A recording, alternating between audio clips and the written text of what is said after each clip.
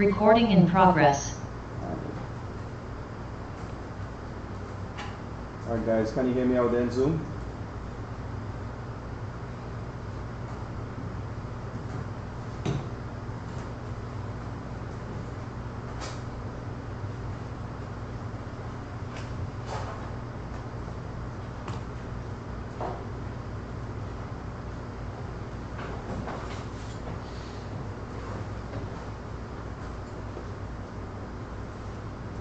Alright, excellent. Okay. Right, to make sure my shared screen is correct. Yeah.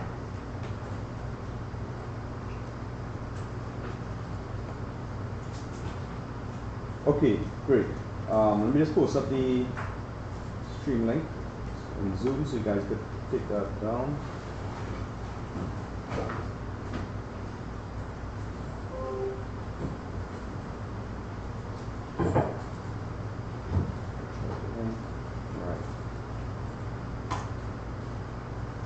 Alright, I'll post that link up on my LAN afterwards when I get a chance. Alright, so okay, great. Thank you for coming. I guess we have about I'll have to stop this thing just now.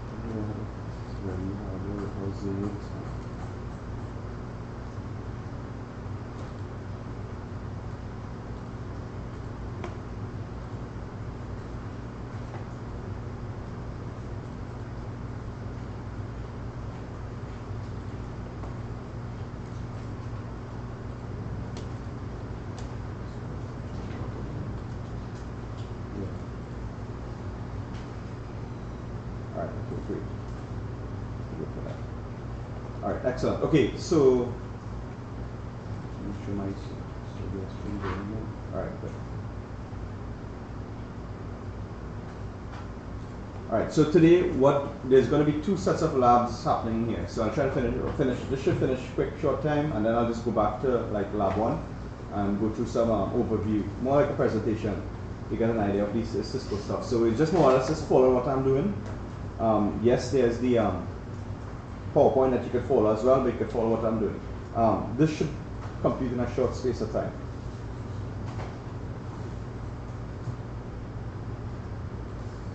Right. So this is the network layout. I've done a screenshot. Let me just plug in the what the packet tracer looks like. Are you guys able to log into packet tracer? Yeah, yeah, just wait. Yeah, that's why it took me so long to set up, because of the hard drive was so slow. I would have taken half the time to do this. So that's the problem. Those who to get your packet tracer, that's great. You could always join the Zoom or YouTube on your machine and then view, right? Make sure you mute so it won't get echo. Alright, so at least you could view it as you go along. You could try to do, yeah, if you're trying to get the packet tracer logged in, well, that's going to take some time. I did put some part of lab 1 supposed to have packet tracer login, so you're supposed to check a video on it or some PowerPoints and that, right? So it's hoping that you would have done that before, but that's okay. Right, so this is the packet tracer diagram here. I would end up leaving it up here, and we'll go from there.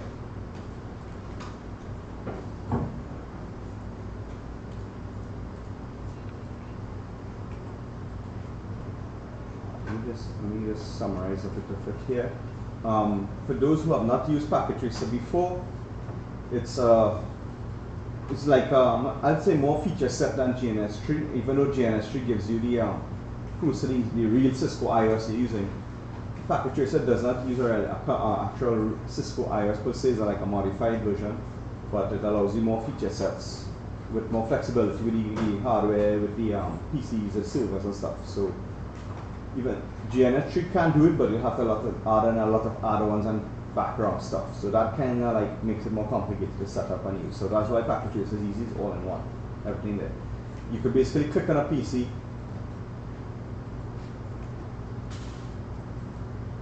This is just right, and then view details about it, the configuration, PC, IP address, desktops. We'll go into more detail after we finish this, so you just have to follow this. IP configuration, terminal. Terminal is where you can look at connecting to the Cisco devices, Cisco switches. And the command prompt is where one of your popular places that you'll work in terms of configuring. Right, other part, we don't really touch the rest of it. You can if you want. Text editor, firewall and stuff, but we're not really following that so much. Maybe up to web browser we might be dealing with. Everything with VPN, wireless, traffic generator, you could experiment on your own. But we're looking at the first, maybe the first 4 or 5, first 5 icons on the top. The switches, similar like interface. Right, so it shows you what the switch looks like front and back. You could do zoom in to get a little more detail. You could click on the config. This is more like a top view config where you could click on different subcomponents of the switch and configure it. And when we go through this lab, we're going to be going through this. So that's why it's not, for me, it's not an issue. I could run through it so you get an explanation. The CLI is the most popular part of most of the Cisco equipment, where you actually make the configurations that you want.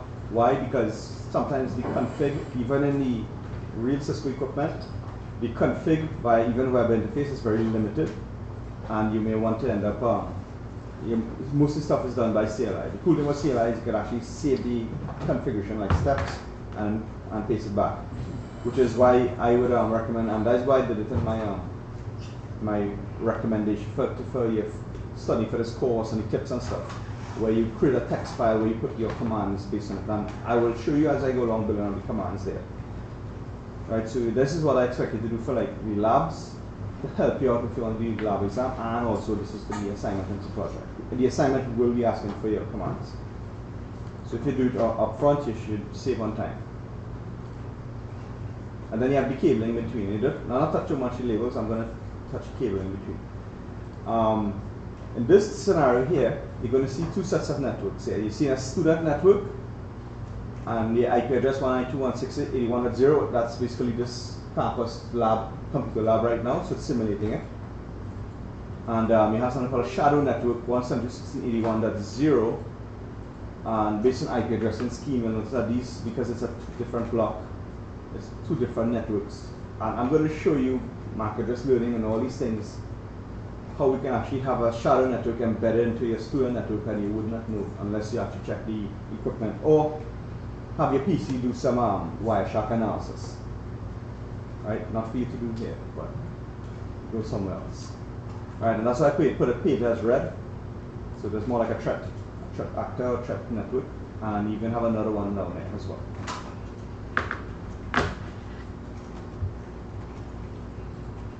Right, so client networks, in all these designs, and this is what I asked you to do for the assignment 1, you're going to be plugging in, putting in all their table, where they have the PC devices, IP address, subnet mask. Now, for client networks, PCs, ideally, they're just only one interface. So that's just PC11, which Ethernet interface, that's it.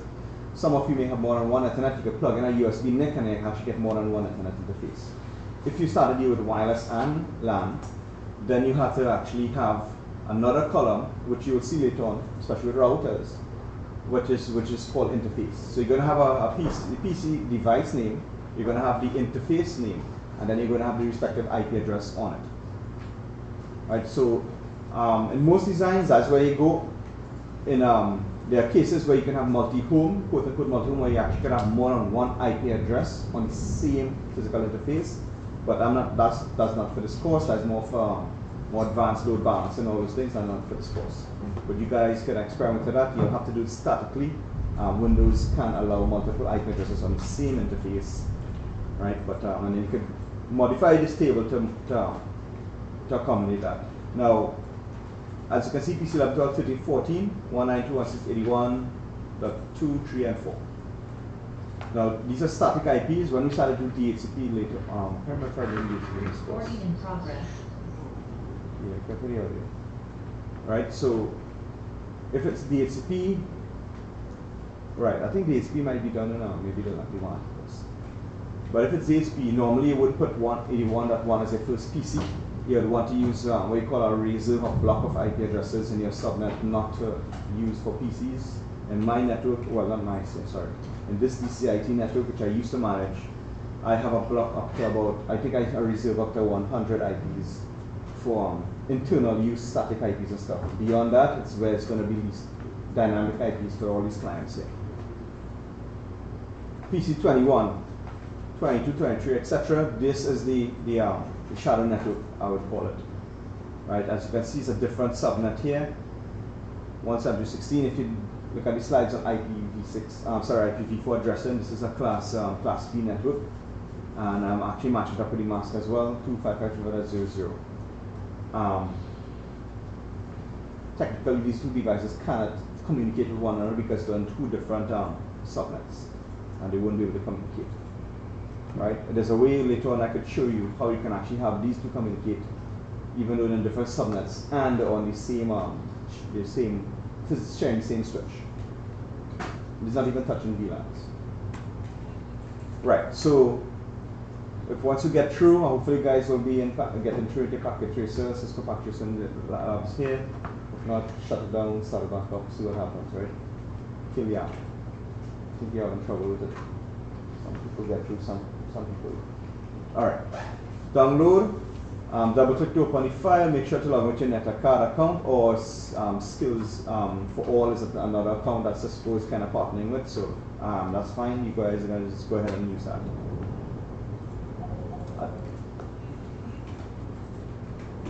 Right, so main steps, we're going to check the MAC address tables, clear MAC address tables.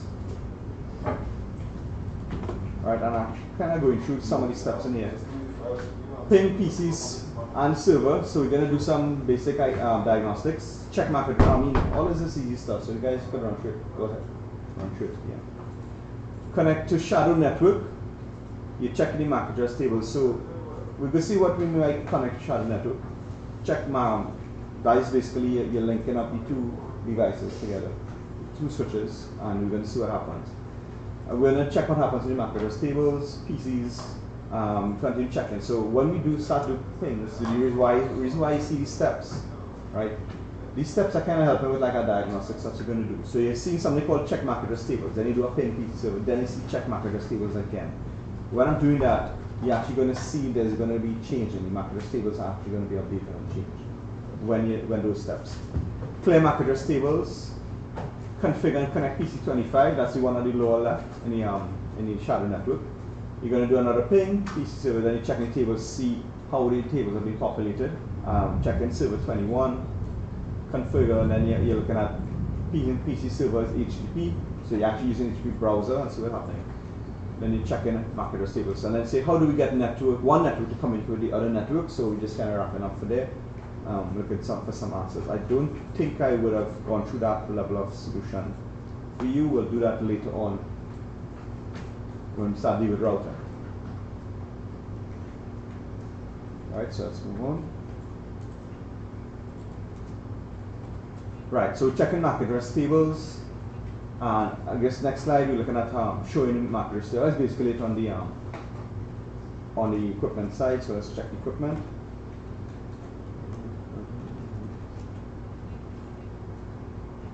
Right, so it's where it is. We look at switch 11, switch 12, that's the two switches.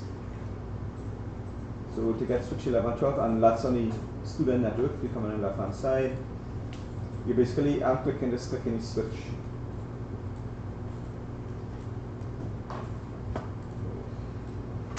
Right?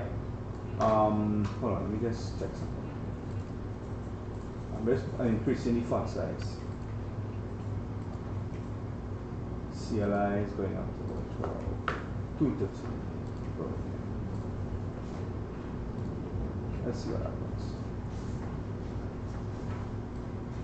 This is more for those in the lab, right? You guys can see this, right?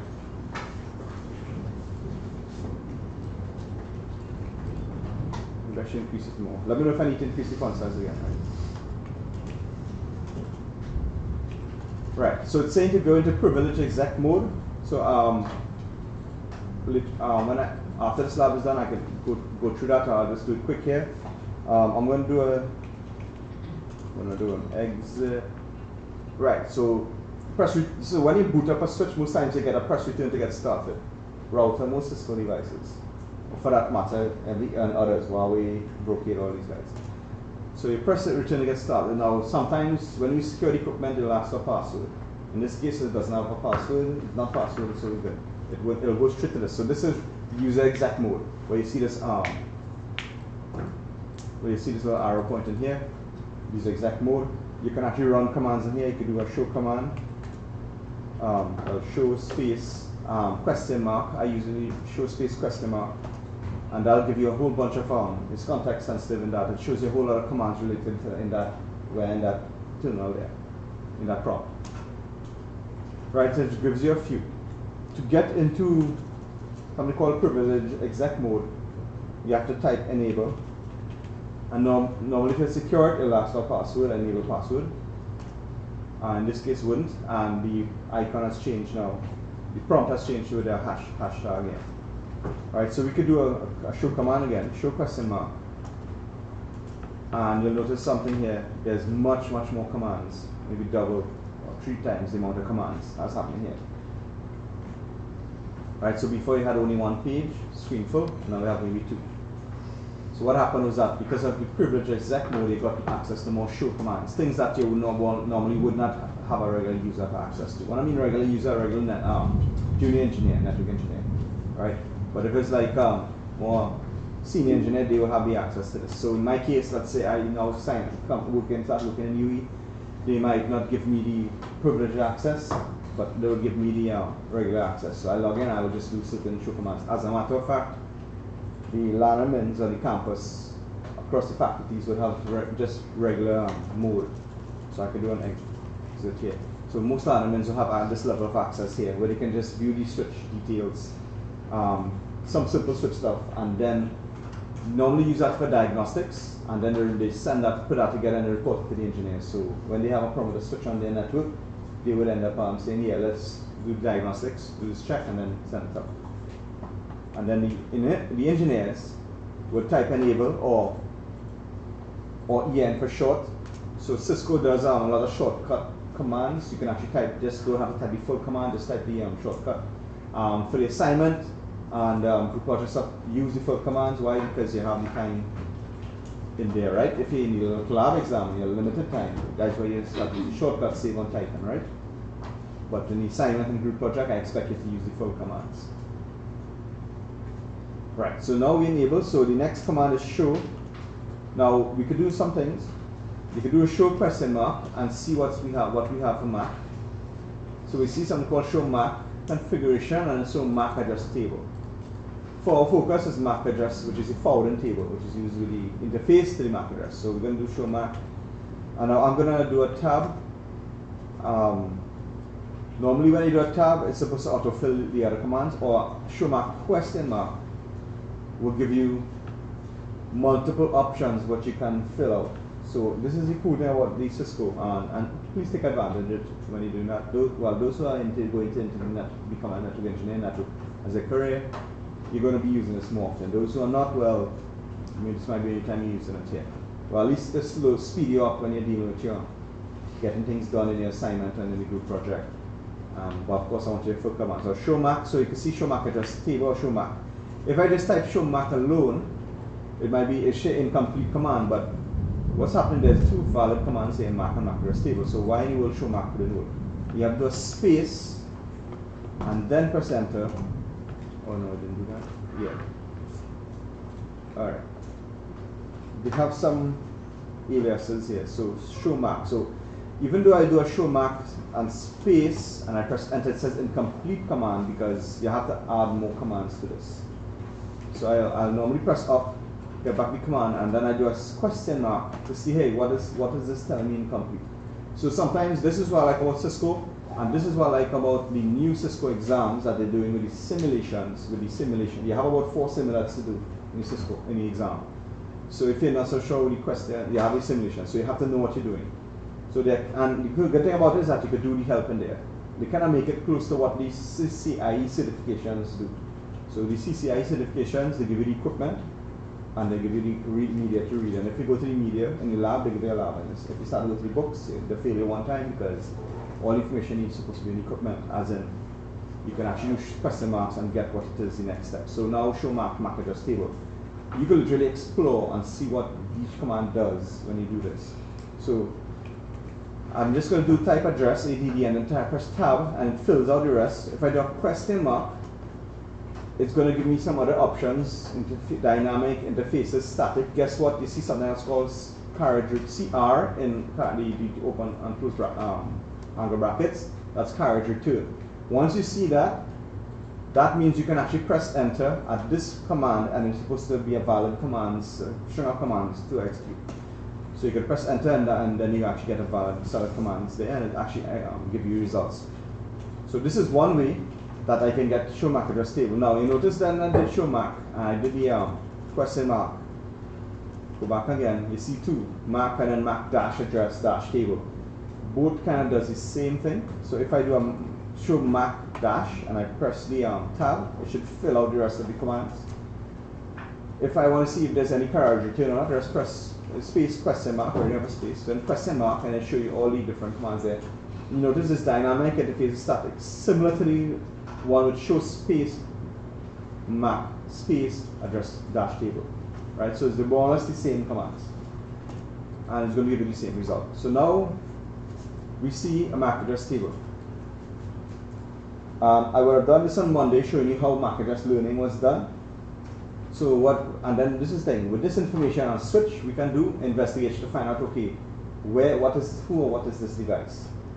The good thing, and this is the thing, is switches is where you kind of have a lot of knowledge of the network at the layer 2 level, which is great. So from your PC here, for your Wireshark sniffing, you can only get certain things like broadcasts and stuff. But when you're at the switch picks up everything as goes through, all the MAC addresses, and if you do something called port mirroring, you could put port monitoring, where you actually can mirror a port, and all the traffic in that switch is monitored to an export. That's where you plug your Wireshark device in, and that picks up even more information. So you have to use a combination of your a manned switch and your software on your PC. In this case, it's gig01 is the interface we're looking at.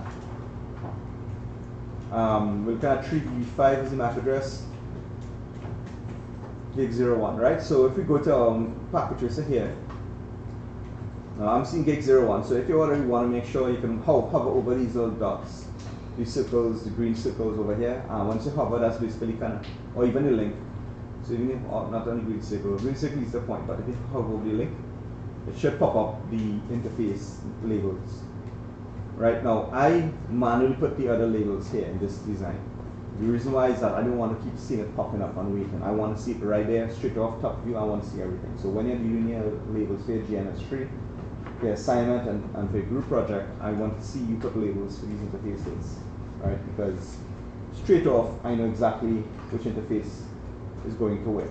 So I don't even have to do a mouse over and look for it. I know gig01 is what I'm focusing on, and guess what? Gig01 is going into switch 12, which is gig01 on switch 12 side. So of course, part of the lab is also looking at switch 12, which is where we're going to, so we go in there. So we click on switch 12, right? Click on CLI, right? Go back, enable mode, right? Show MAC, seed and dash address table, enter.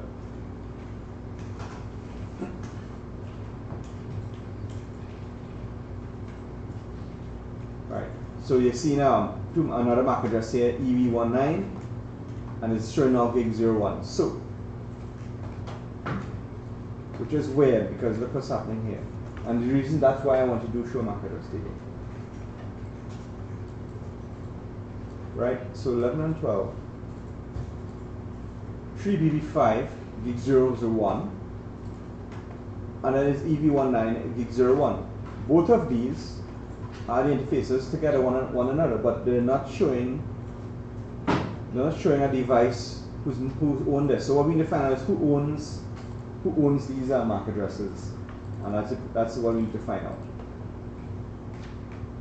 So what we could do now, because it's not attached to any other interface, that's basically between the two gig interfaces. So there's something is up. Normally it's supposed to say a PC or something else attached to it. So this is where you have to start ruling out some things. I'm going to do something called, I think, show inventory. Inventory doesn't exist.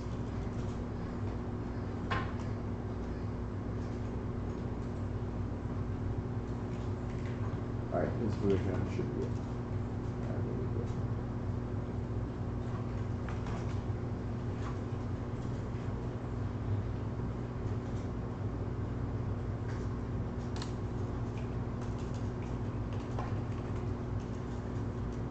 I think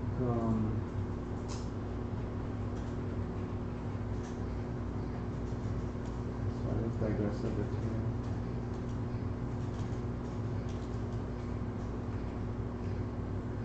Right, there it is. Okay, good. Just to show interfaces here, you guys will have to do that. I'll just have to come out there. But why? Because we're not seeing other. I'm seeing two MAC addresses not matching up, so I'm just doing that. Hold on. I'm just going to show interfaces. I'm just doing spacebar so it will go scroll up one page at a time.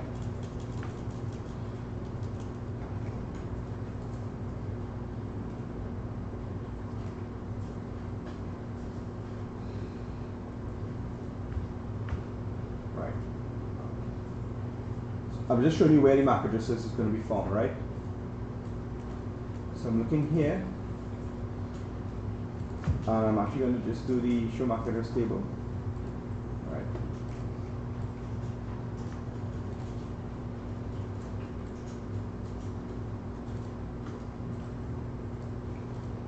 Right, so 090.2148.EB19, right, that's a MAC address picking up, and we have no idea where this is. This belongs to a PC. But when I view the show interfaces on the left hand side, you see something on gigabit 01, right, has a MAC address 0090.2148.EB19.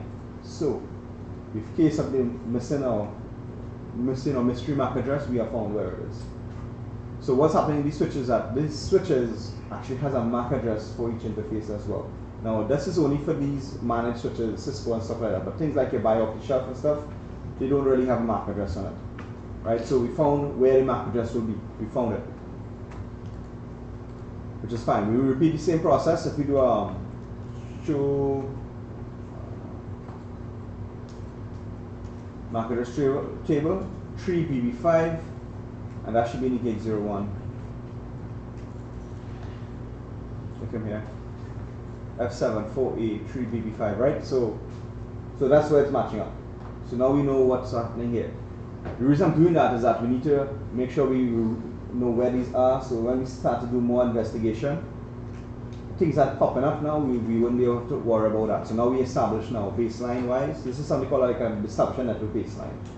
Baseline is that you're taking network as it is, you collect the data as you're seeing there, find out where everything is reconciled, know where it belongs, and you keep that information documented. When you start to make changes in network, which means changing the faces or adding more devices or running a scan or something like that, that is where your baseline will change, and then you compare it.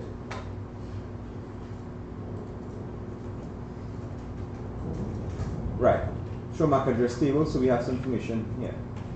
So now we're going to do clear MAC address table. Excuse me. Yeah. If I enter the bogus command and it's kind of hot in, or do I clear the command line? Clear command line, so I'm going to show you this, so this is going to help you out with the lab exam. So if you do type a command called name, it's going to start to do translate with the DNS server, right? Most cases, a bad command is thinking it's a name, and it's going to translate to 9. And it's times out. It takes a while. To save on time, normally press Ctrl-Shift-6, and it's about to look up. Now you can set up node IP domain lookup. So I could actually go into, I was digressing a bit, right? IP domain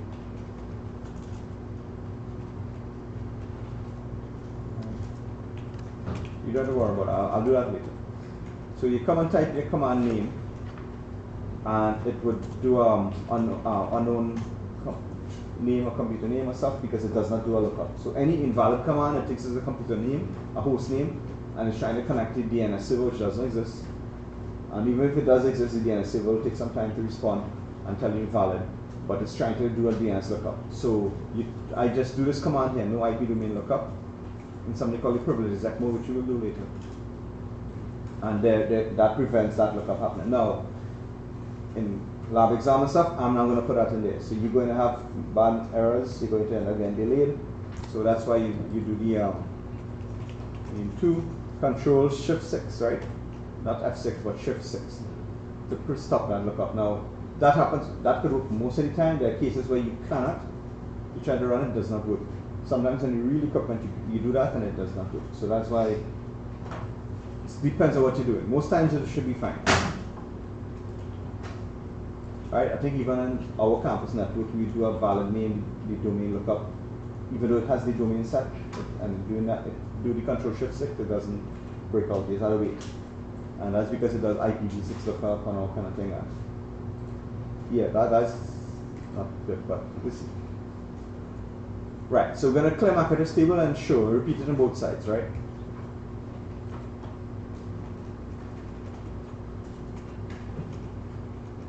Let's open up port 11 and 12. Right, so we're going to do clear, do a space question mark and see what options we can do. And you can see MAC. I'm going to do MAC dash address dash table. Anything else after that? No. So do enter. Right. And then you do a show MAC address table. Right, so this is the thing. If you clear and you do show quick, it doesn't pop up. Right? So I just did it very quick. I cleared and then I show. But if I do a show again, alright, now this time it doesn't work. What happens, I broadcast from the switch on the other side. Once I broadcast, like something called span and tree happens, it will send a broadcast, and that's how this other switch will pick up that, because it will pick up any frame. And span and tree sends out frames, broadcast frames. Right, there we go. Show MAC address table, and it'll come back up. So wait a few seconds. So if you want, you could go on the other side, you could clear MAC address table, and if you take too long, you do a show.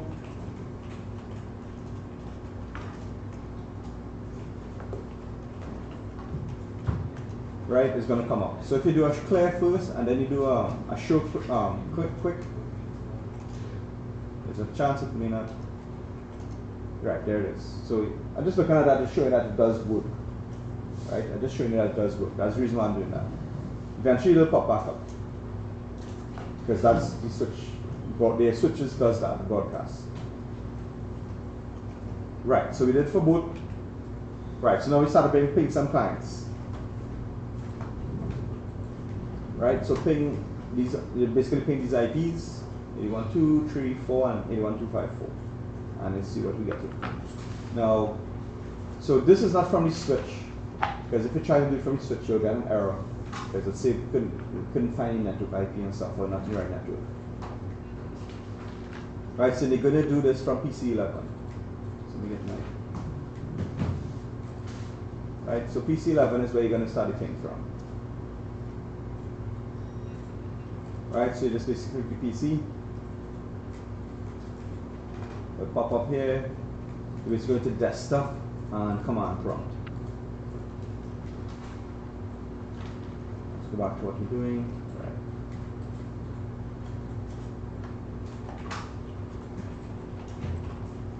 81.2. Right, so get a response. This is what we expect. If you don't get a response, then that something's up and you have to do some diagnostics. If you don't get a response, you need to find out two things. You have to ask questions. One, is it expected that you're supposed to get that response? And the answer to that question is that if it's yes, it's expected, then don't worry. This is like your troubleshooting flowchart. And the next question is if it's not expected, right? So then you have to look at, okay, if it's not expected, then you need to find out, is this device valid that you can communicate with? So you're trying to make sure that the device exists. And you say, yes, that device is valid. It's supposed to be valid. And then you work through the process. Okay, if it's valid, then you know it does exist on the network. And then you work through the process. Is it connected to the network? Is it configured? Right, so all those are the flow chart questions you ask yourself. Right, normally I don't do the flow chart. When you go through the diagnosis, you kind of build out the steps that you want to do. Right, .3.4, 81254. See that popping up? Great. Okay, 81254. That's good. Right, so we're getting all these responses. I said use packet tracer simulation mode in this to see how it goes. So this is a nicer feature set I like. So when you go back to packet tracer, on the lower right hand corner you see like a little headed robot kind of thing called simulation. So what it does is actually when you click on that button, it puts the environment into like a pause mode. It pauses everything. And what happens is that there's a list of visible events. And if you look at it, it's showing a list of visible events that it allows you to see, or what you can filter out. And you can go through a few. We're going to deal with not BGP, not Bluetooth, tap not neither of these. Maybe we may deal with CDP. I'm not so sure about DSP this semester. DNS, maybe. DTP, or Dynamic Trunking Protocol, we're not really touching that, but it will exist. EPOL, no. EIGRP, yes. EIGRP v6, depending on what time you have. FTP, yes. H323, no. HSRP, that's WAN technology, not touching that. V6, same thing. HTTP, HPS, yes. ICMP v6, yes. IVSec, no. ISAKMP, no. IoT, TCP, no. LACP, no, because that's WAN. LLDP, might depend because I work with CDP. NDP, no. NetFlow, no. NTP, not this course WAN, we'll deal with it in WAN. OSPF, yes. OSPF v6, yes. PHEP, yes, because of if we're doing enter channels. POP3, no, that's email. PPP, that's WAN. PPP over ED, no, that's WAN. PTP, when do we put PTP? Radius, no. REP, no. RIP, yes. RIP next generation, maybe. RTP, no. SCP, no. SMTP, no, not really. Mail transport, SNMP. Network monitoring, we're not doing that as well. SSH, not really. Explanatory protocol, yes, we're going to deal with that. Not syslog, not TACTAX. TCP, yes, we're going to deal with that because of that's one of the layer 4 protocols. TFTP, not so much. Telnet, yes, because we're going to connect. UDP, yes. USB, no. VTP or VLAN trunking protocol. You might see that any protocol going on. So look, this is a list of filter. Basically, I described about half of these, maybe about a total one or two, where we're actually going to be dealing with in this course, in these protocols, right? We're going to see, how we're going to deal with all that. Some things you know, HTTP, I call it SSL, yes. But as we go later on, more detail, yes, you're going to see it. So I'm going to something called edit filters, and I'm going to remove filter things that I don't want. If I do that, I can actually click show all none. I'll toggle it. Right now, it's no filters. It applied everything, so it's going to actually remove. I can't view any protocols, so I'm going to click back edit filters and add some things I want. I want ICMP because that's what we're using ping. If you click miscellaneous, you can do TCP. And at this point in time, yes, we're going to leave it as those two filters. We don't need to worry about the rest. Maybe ARP. I'm going to do ARP. Anything else that looks stuff? No. Right, so everything here we don't have to really touch. So ARP, ICMP, and TCP. Right, so now we're going to, before we do anything here, click play or anything like that, we're going to actually initiate a ping. Right, 81.2, and do an enter. So it would, instead of going and starting the ping, you could see ping, but what's happening, something changed. The diagram actually had a blue packet envelope here. So on the recording, you should supposed to be able to see the envelope. So I'm just saying this is a little dark blue envelope, and this is thing. So this is now simulation mode is paused, and it's telling you, look, event list of events that's coming up. So you can actually click. I think you can click here. No, not really. Yeah, you click here, yeah. So this is actually diving into the packet itself.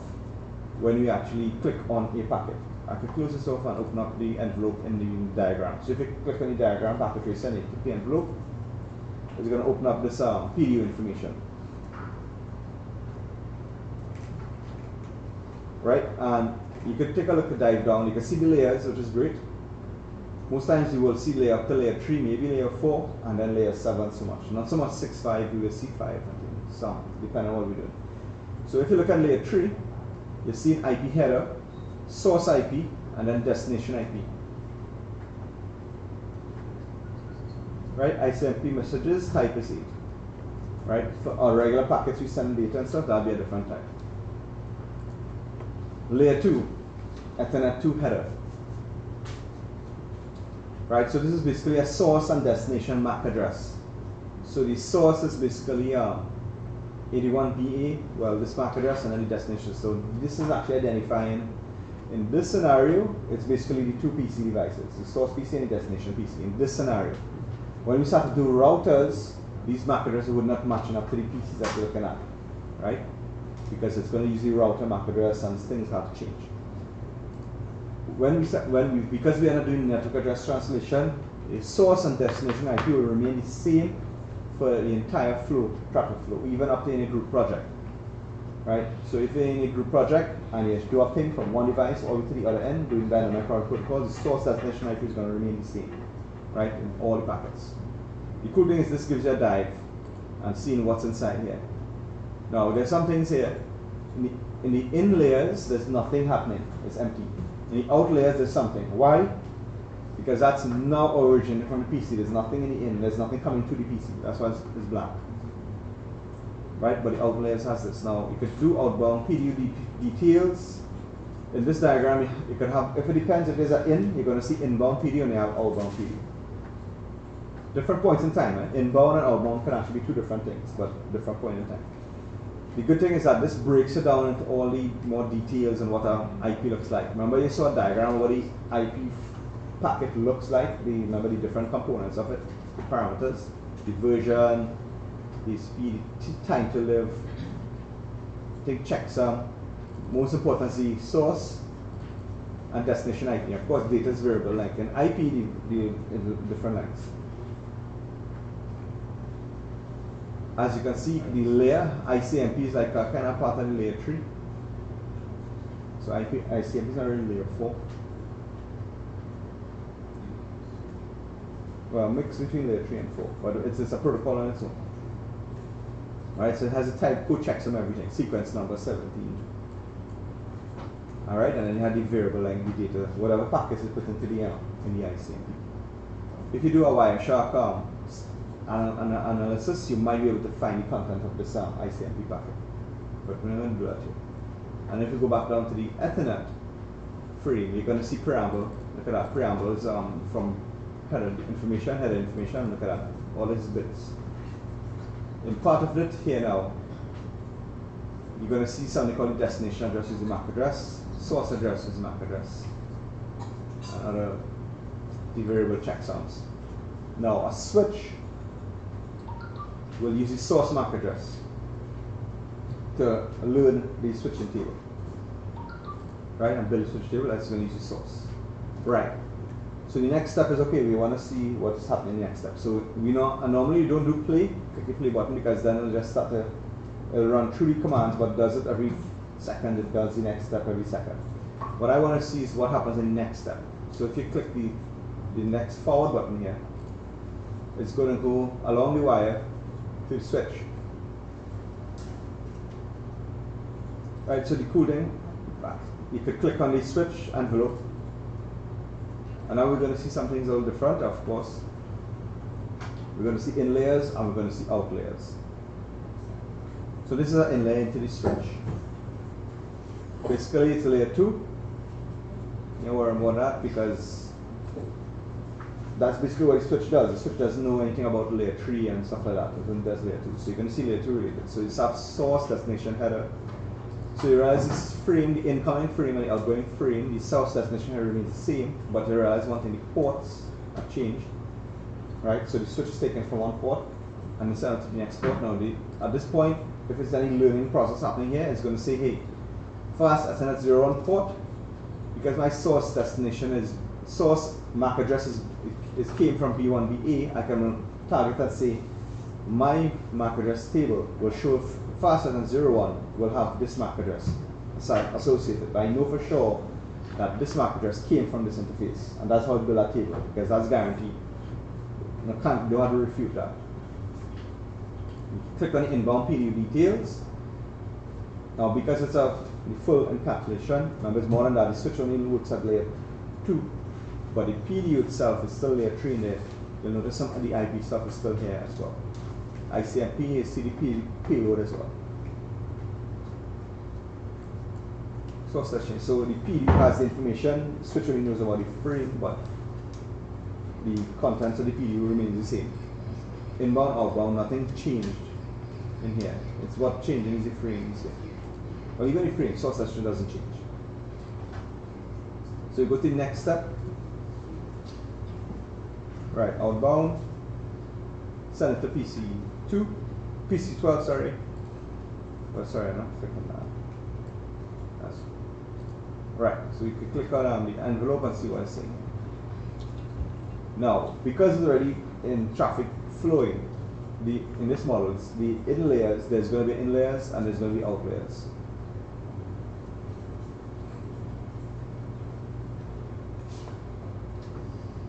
Right, so BSC, right.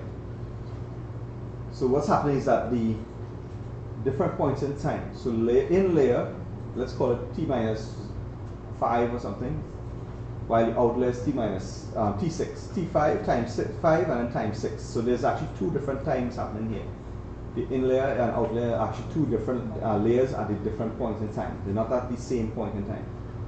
But the problem is that the way how this packet tracer works is a kind of limited packet tracer, end up putting both in there.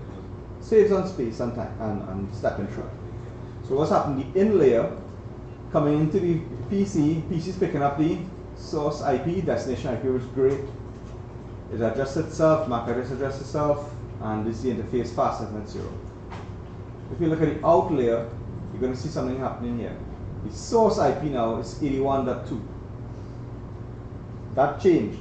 It was coming in as 81.1, when I was changing 81.2. So what's happened? This is an outgoing packet that is a response by PC12 to PC11. So this is a response packet. Normally this was have the sequence, we could check that just now. Right, sequence number 17. I think the sequence number should remain the same or should go up. Right, sequence number 17. On the next ping, that number will go up. But what's going to happen with the inbound PDU? The source destination MAC remains what we're seeing, but when you go to the outbound PDU, the source destination MAC swapped. Outbound PDU, right? So if you look at it, so it's inbound PDU is a BA7C as the source. Sorry, as the destination. When you go to out there now, the destination changed to 81BA, which is back to PC11, right? And the source is BA7C, so they swapped. So that's what the Ethernet frame is. That's how it works. Right, so we're going back, the response back to the switch sends it back to the PC. ICMP, so this is going to run until you run out of packets running through the network. So I'm going through the step again. Another ICMP packet, which is standard. Now before I continue, I'll show you what's happening here. Right, you can see it paused, but it's now a reply. So PC11 got a reply. That's because the PDU reached it. Now it's 4 packets going on, 1, 2, 3, 4. So it's going to do this 4 times.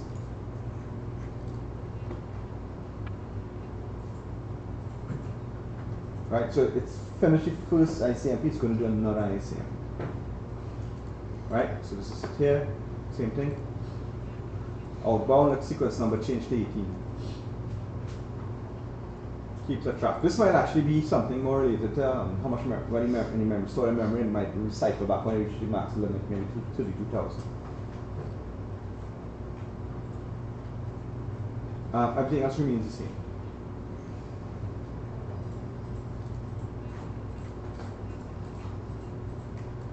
Right, so it's going to repeat. Now, if you finish the steps and repeating, you could always go back to something called real-time mode, which will run everything back to real time.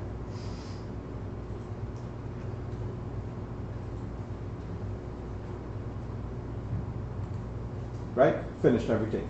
Now sometimes you're doing the diagnostics on the simulation mode and it's kind of stick or waiting. Sometimes I force it into real-time mode. So then it's a kind of bug or feature in Cisco Packet Tracer. So I can tell it go into real time, whatever you're doing, it'll just time out or continue, and then you go back into simulation mode. So I kind of swap back, and that's how it kind of jumps ahead with diagnosis. So I take advantage of that feature in Packet Tracer or bug. Great. So I just did a whole rundown on Packet Tracer simulation mode and everything, which is what. So I expect you guys to know how to use this now. Go back through the video, test it out. I expect you to go back. When you're doing your checks, use the simulation mode to help you out. Right, so you're going to check MAC address tables, you're going to clear it again, repeating that.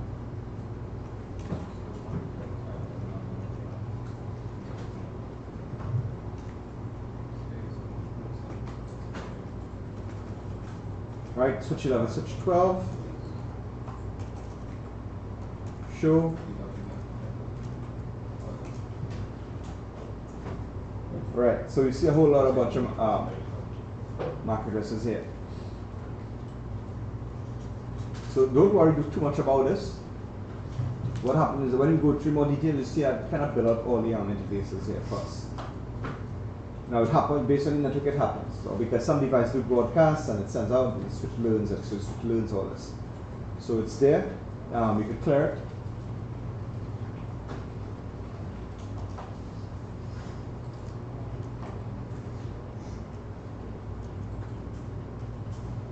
Right, just make sure it's clear.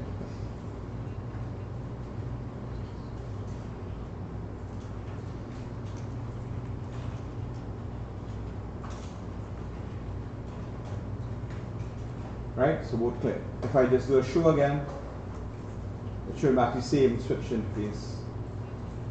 Right? So it go back to the baseline we wanted, but after all that pain, and it populates so much MAC addresses on the switches. And you notice one thing, that these switches kind of like both of them. And you'll notice something here, gig 01. It's repeated about what? One switch repeat 4 times. 1, 2, 3, 4. That's switch 11, switch 12. Gig 01 is only repeated once. I mean, sorry, twice.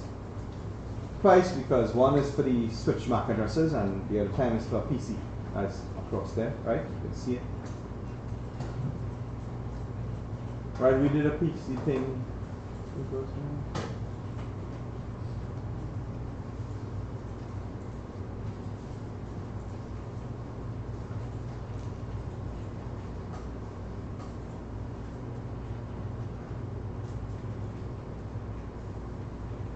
Alright, I'll come up to that.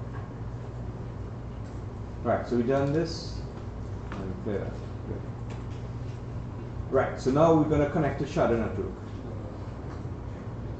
So before, there's no connection between the two. Right?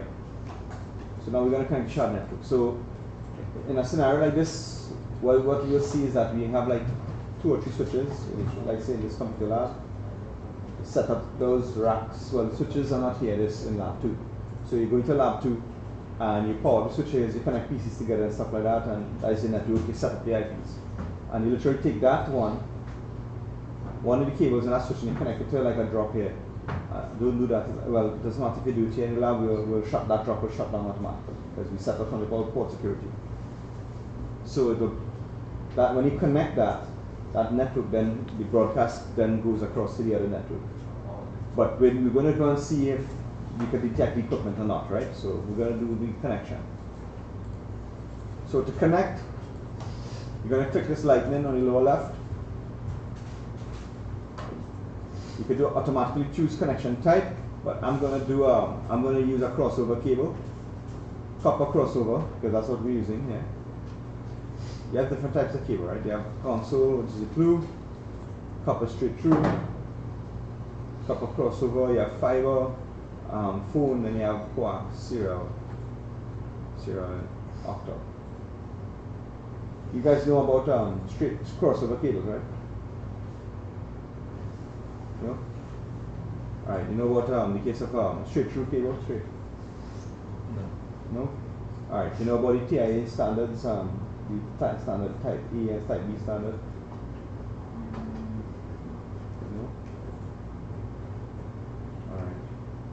You guys got to read the lecture slides, right? So, summary. I'm not checking my chat. No, we stay in chat. Alright. Okay, so quick summary, and you guys got to read up on it. So you have the TIA standards, where there's a color code where they are for each N, a network RJ45. Guys, so know what RJ45 and network N looks like, right? Alright. So that N actually has a color code that you use. When you clip the cable, you actually separate out the network, the copper strands, you separate that out into different order, and then you put that into the network RJ45 jack and you crimp it down. That order helps with how the signals run through the cable, because the cables are called twisted pair. It's not just two straight cables going through, it's twisted pair. Each pair is twisted, and then they twist that as well in the whole cable. Now that's Cat5 and Cat5e, category 5 and 5e cables. So that way, that twisting reduces not channel interference, EM interference. Right, so EM interference would be like, guys would know about Fleming's left hand and right hand rule physics. Right, so left hand, well, I can't remember which is for which. So one is generating, let's just see like a generator, the other one is like an electromotive force the other way. Yeah, direction, and then you have the flow of the electrical signals. So once a signal is flowing through a line, and there's electrical signal flowing through, you use one of those rules, right? One of the Fleming's rules, that's the direction flow of electricity, and that's like not the motor, right? So that's just like you send electrical current through, and it actually has a field generated around that line. If you take that separate next line next to it, that first line will be able, that induction will cut into the other line and cause a backward EMF in the second cable. That's the interference, that backward EMF.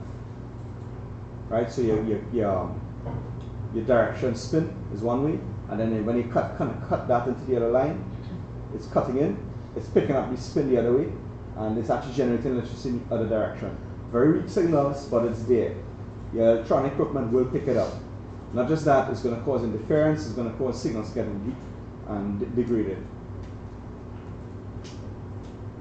Right, so, okay, so I believe it's green and white, and green switches the difference between type A and type B, and orange. Right, so the different types, flip me right now, so you have green stripe, green, solid green, then you have blue stripe, solid blue, you have orange stripe, solid orange, and then you have brown stripe, and then solid brown. Normally the brown, you have to, so it's not like green, all the greens together, blues together, and stuff like that. No, you have to actually swap them and change it out to prevent that interference. Now, category 6 cable comes where they actually take this 4 twisted pair and they actually pass it through, like they separate it, literally separate this twisted pair through kind of like a T-shaped plastic in the actual wire itself. So you guys cut open a Cat 6 cable. I don't have any to that now. You're actually going to see it kind of separated inside it. It separates twisted pair, so that reduces that interference. That is how the standard is for Cat 6 to allow for not just gigabit but 10 gigabit speeds. Right? Category E goes up to rated for 1 gig. You can pass 10 gig data through it, but it might be achieved up to 10 because of the amount of different the interference that you're going to get. Right? You can't get it. If you run bandwidth tests, you might be able to, but it might be short runs. Long runs, it's going to end up, the longer you are, the higher chance of interference and the signal degradation. So that's the reason why you want to do that. So look at that, simple physics. People asking why you guys have to be taught college physics, high school physics. Recent time, right? Look where you're going to use it here. All right. learn business or learn how to make money instead, right? If you do know how to know about the skill, how you're going to make the money. Right? If you do know about trading and stuff, you have to know about certain things about trades, quants. You guys know about quants, right? That's a form of statistical mathematics to do predictions and trades. Right? That's maths and stats. Why you need to learn that in high school, secondary school? You know? Make money. See, you have to understand that a lot of things, there's certain things you could cram into your secondary school curriculum that will help you. Remember, it's generalized. Unless you start to specialize in the commercial accounts and business and all those things, right? It's generalized. That's the way it works. When you do a degree, you get more specialized. It's still generalized, but it's more specialized in, like, the Heights have IT degree, you have law and all those things, right? I didn't teach law in secondary school. Yes, it's a literature. That's law. That's the start. Right? So it starts from there. But anyhow, I digress.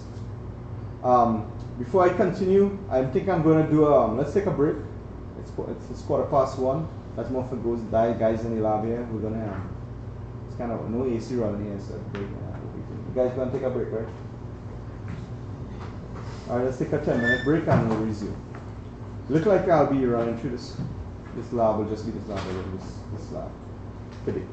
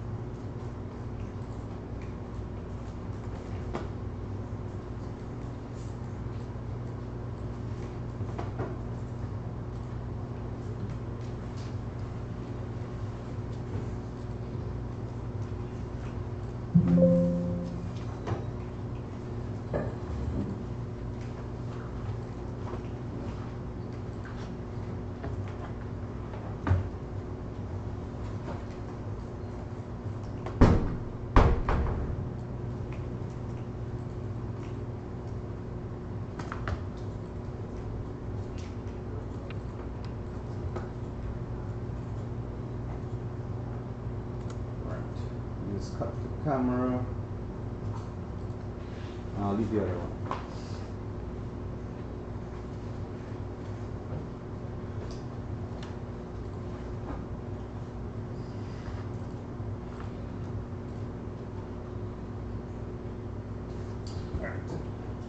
Alright, unmute.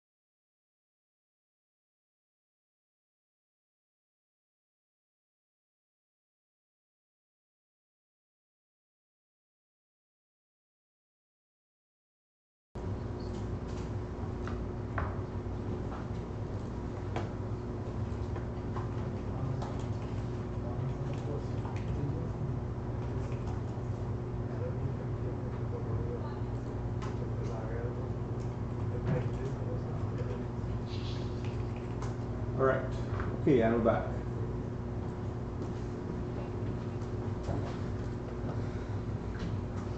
Alright, let's resume. Unmute, good. Video up, nice. Right, so what I'm going to do, we're just going to connect the cabling already, as I mentioned.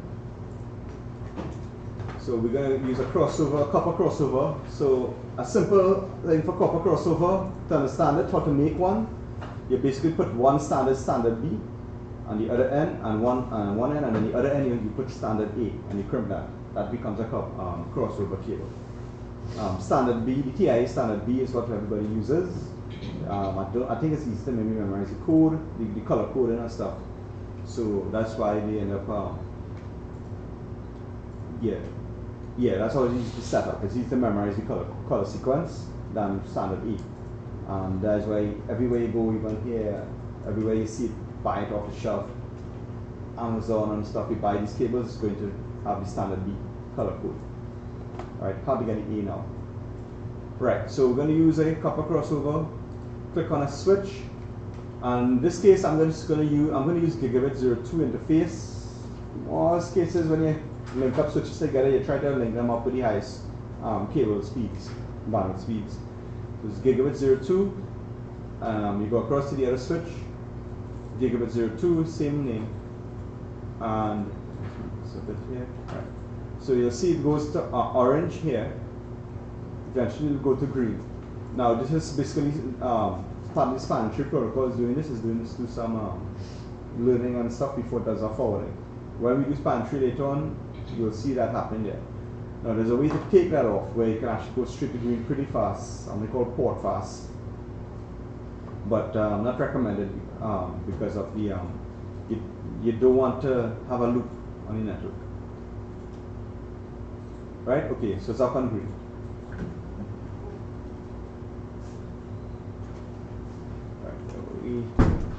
Right, so we connected each other network. Right, so we're going to check the MAC address tables. Remember, we cleared the MAC address tables, right? So we're just going to do a check now, see what's happening.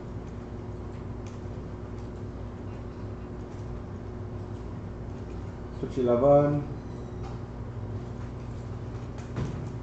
Switch 12. Now, I'm looking at the context of our internal network, right?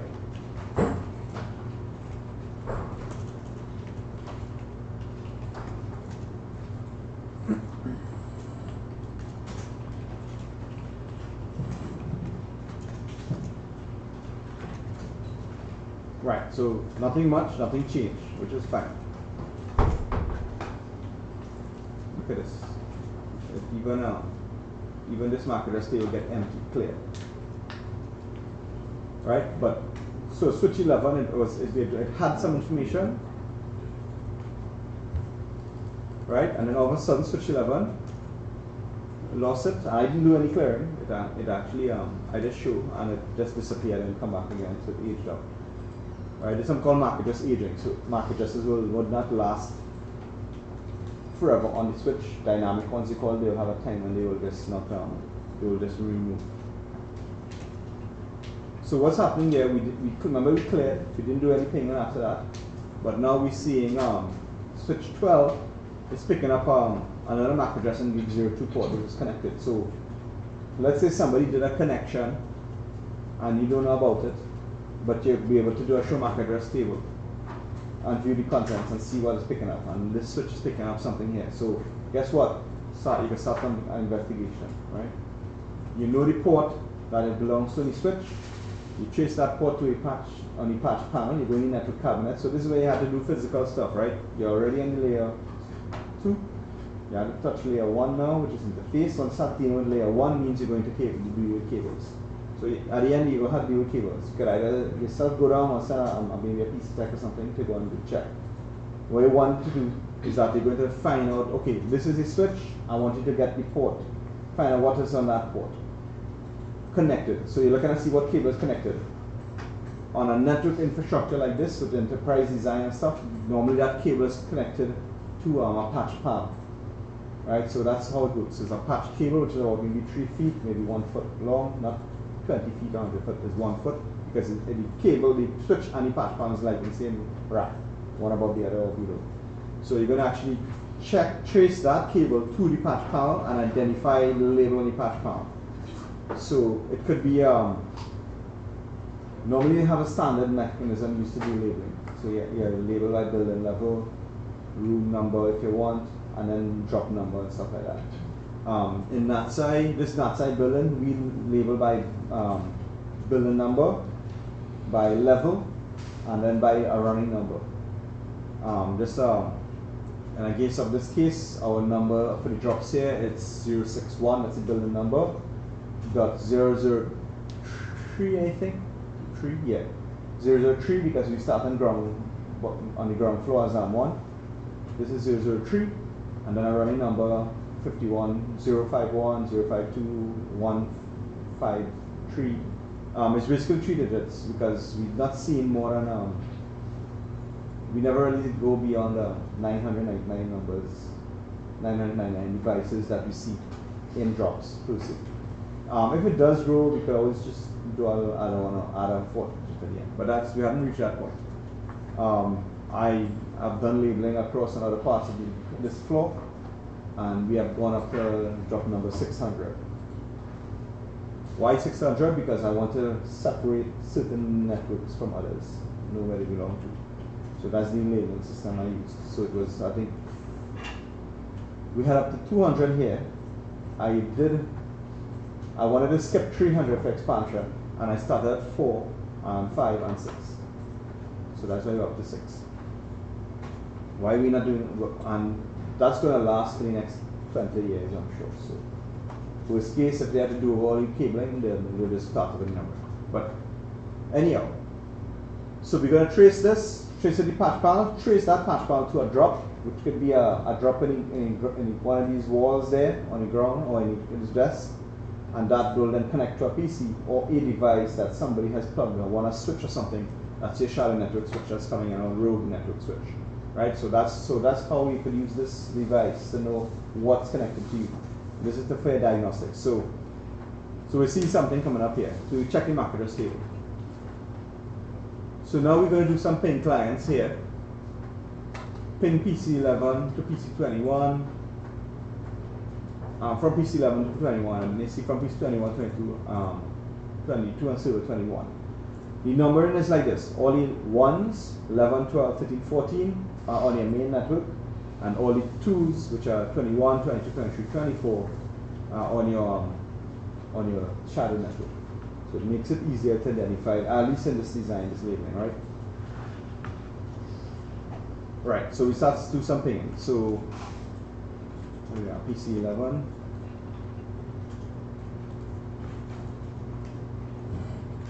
Yeah, and I'm going to go with simulation mode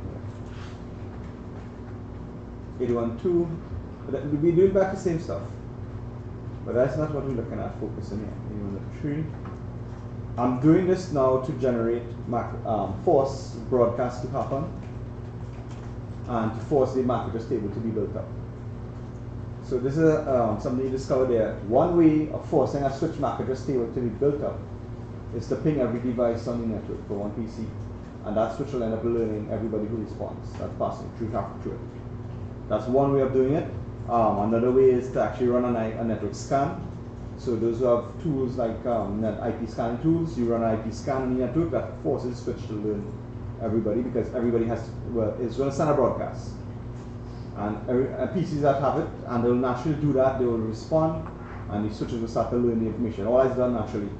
As a security engineer or a person who does cybersecurity, and you want to prevent that from happening, the best thing to do, just put firewalls on the ICMP port, so that if you try to do a scan, the scan is not going to pick it up, it's not going to respond.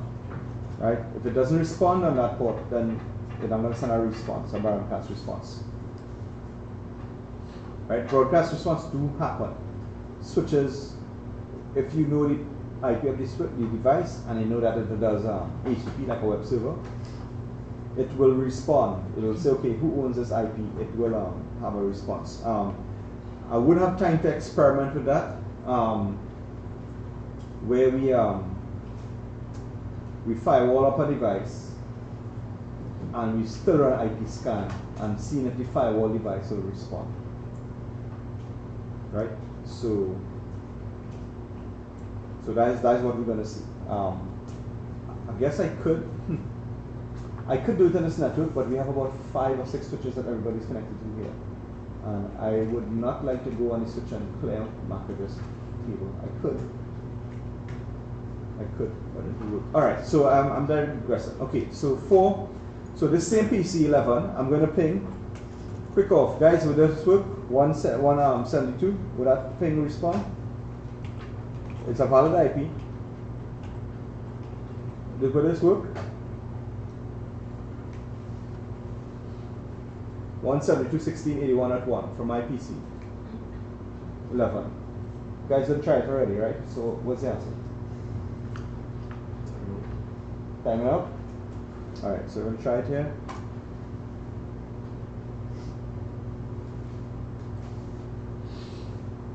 Time out.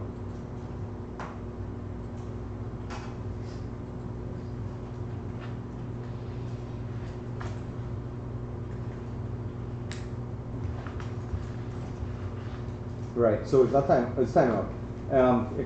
Maybe give explanation why. Why is it timing out?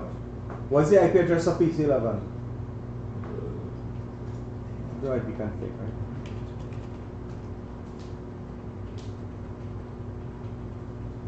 Two IPs there. Look at them.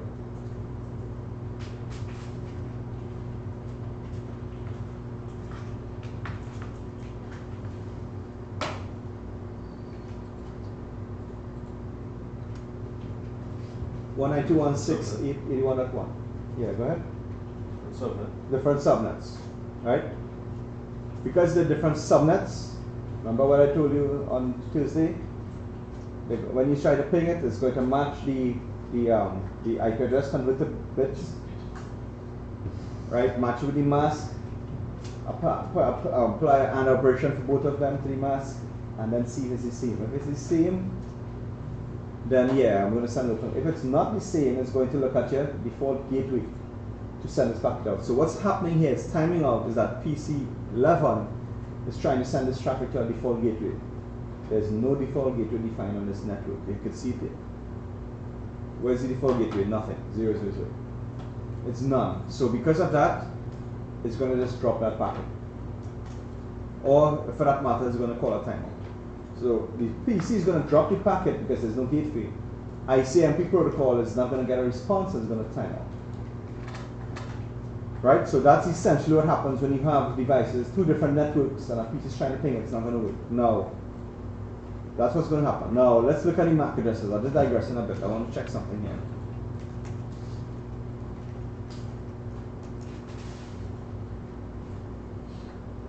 Right? So we're looking at some MAC addresses here.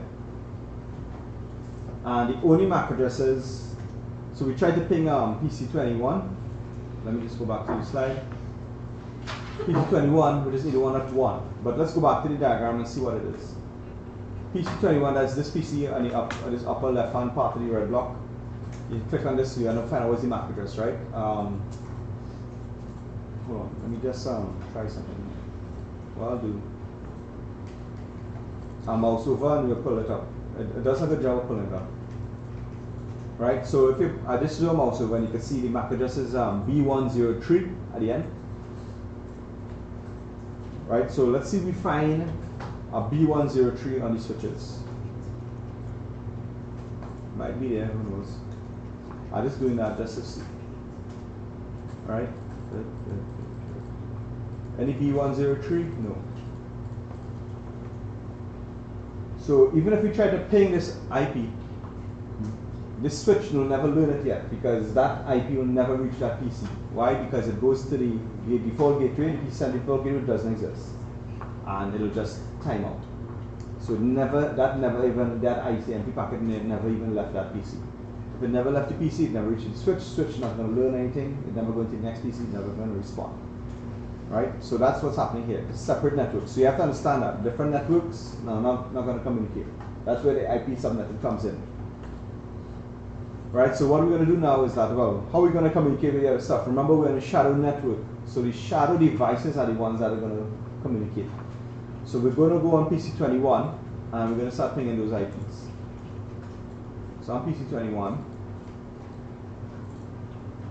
desktop command prompt. Right, and we're going to ping 192.168.81.2. So what's happening here? Oh, sorry, 172. Why is that? Alright, 172, sorry. Alright, so totally different network again. 172.16.81.2. Great. Got a response.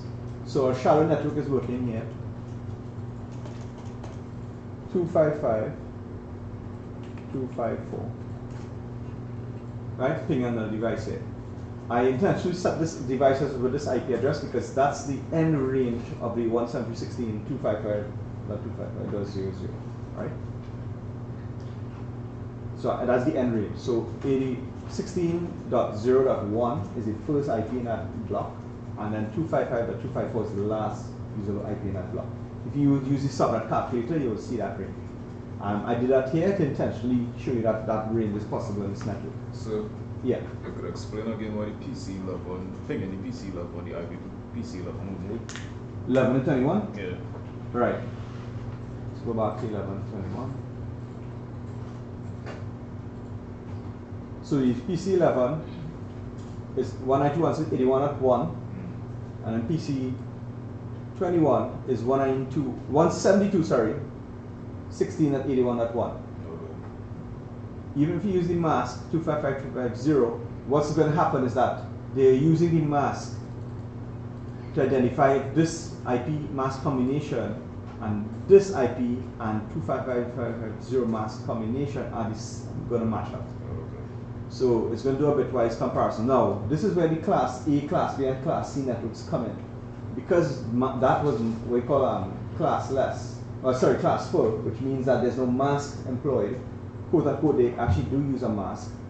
But when we do class full, then it's apply the mask. So a Class A network, so in this case, a 192.168 is basically a Class C network, right? Which means that the first three octets, these first three octets must be the same, you know, to see if that device or another PC or that same IP has to be the same to be on the same network. What I mean is that if I were to try to ping 192.168.81. Let's say 200, doesn't exist here in our design, but technically the first three octets are the same based on the classful network, right? It'll match the first three octets. That's how it works. And it's going to match. When we extend it to the classless, which is basically mask, using the masks now, we're not using class. They kind of say, well, how do we convert that classful, which is Class C, and put it to classless and match out the first three octets? So what they do, they use the mask now and say, okay, if we start the classless, it's basically using mask. And they say, okay, well, a Class C network is basically a mask of 255.255.0. Means that the first three octets, there's these guys.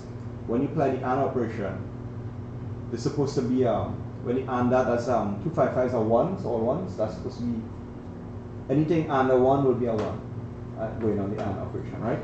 So all this would be the same. They don't care about the last set here. They only care about the mask, these bits here. Once you compare the two AND operation and the same bits comes out at the end, you're good. I could do a loop on there and see what happens with this.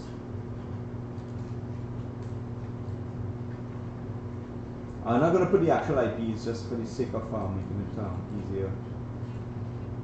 Actually, you know what? I'll do the IPs. I'll just set up an IP info, and I'm going to subnet calculate. We're going to do the two sets. We're going to do two sets, right?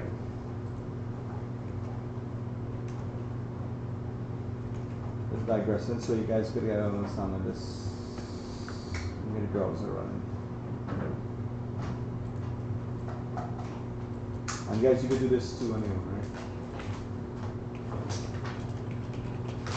Maybe I should use ChatGPT.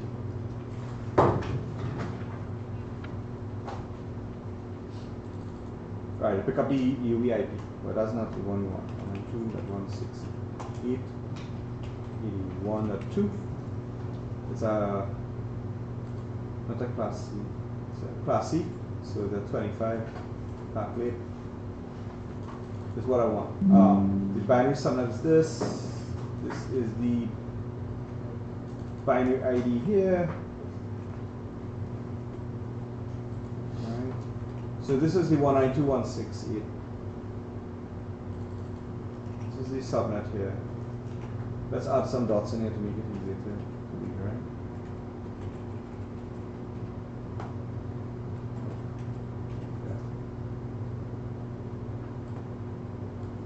Cool. And that's why you have to know the binary, how it works. So it's going to apply an AND operation.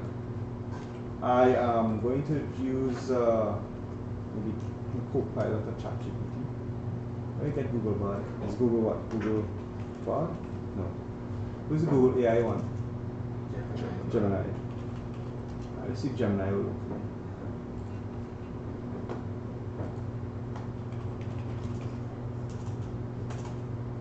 Form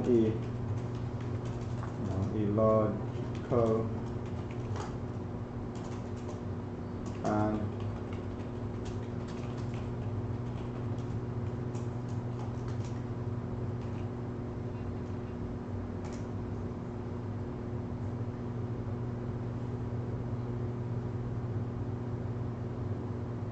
I don't know why we're doing Gemini for this. We could have do it ourselves. You know why? All you're going to get is, you're basically going to get back the same thing here, and then all this will be zeros. Right? So it's going to be this, this, this, and then zeros at the end. Right?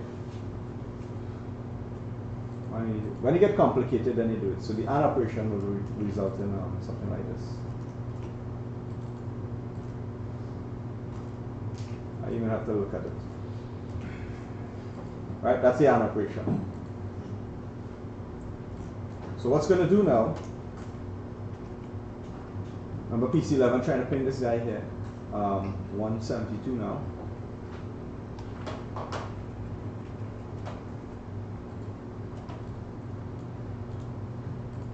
Right, so this is the you see how long it took for this thing to generate this thing?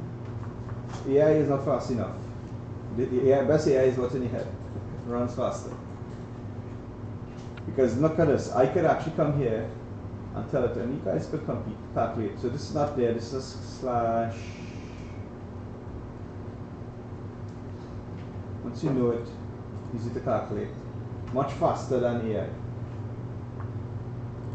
So this is the binary mask here. But let's not worry about that. Let's do the binary ID. I'll tell you why.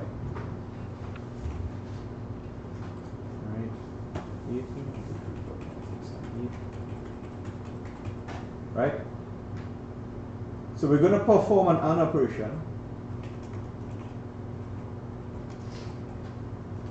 between these two. And then you have to say, well, why in the world am I using 255.255.0? Why am I doing that? That's all the PC knows, you know. That's its own mask. It doesn't know about the 255.255.00. That's defined somewhere else.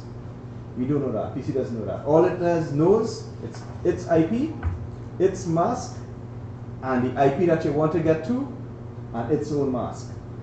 So it's going to perform an operation here. What's it going to get? You're going to get this guy coming up, and that is going to be 0. That's fine. And now we're going to take these two guys, and this guy here. Excel will work, but this is okay. Notepad does the job. And it's going to do a bitwise comparison. Ask AI, right? Ask Gemini, are these the same? What you ask yourself? Are these the same? No. Ask AI. Let's see how long AI takes it.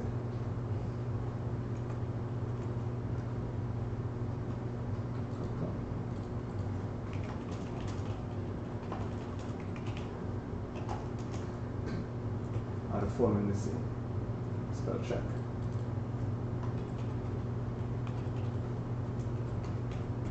And 2, 1, 2. Okay, good. Just as fast as us. Not bad, not bad. They are not the same. I guess it's warming up. Alright. So we're getting competition, right? If you do it in maybe massive stuff. So based on this, PC11 ping, trying to do a comparison, this is what PC11 literally is doing at the binary level. And saying, are these the same? No. Ping this? No. I'm going to use my default gateway. This is my default gateway there. Doesn't exist. It's going to drop the packet. And then ICMP, which is a different protocol, because that's what's happening here with the comparison is lower level. ICMP is going to drop, is going to say, well, I'm not receiving anything, this packet drop, and that's what's going to happen there. Right? So you guys got a good explanation there, understand what's happening, right? So you see look how easy Notepad could have done this explanation. It's right? Comparisons, it's really simple, really nice actually. So this is what the PC is doing. So it's not there.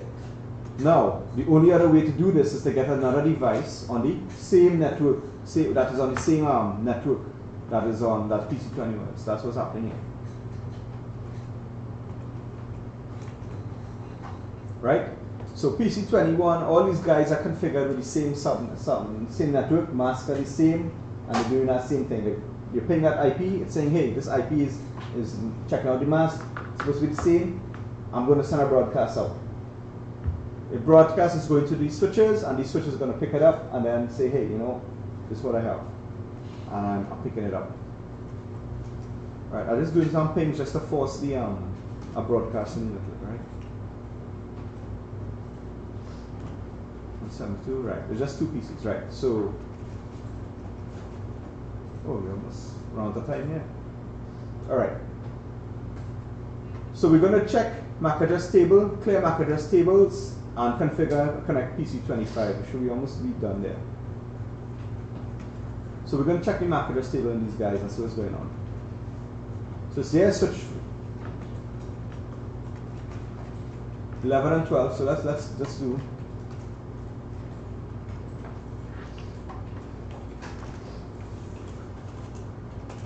show MAC address table.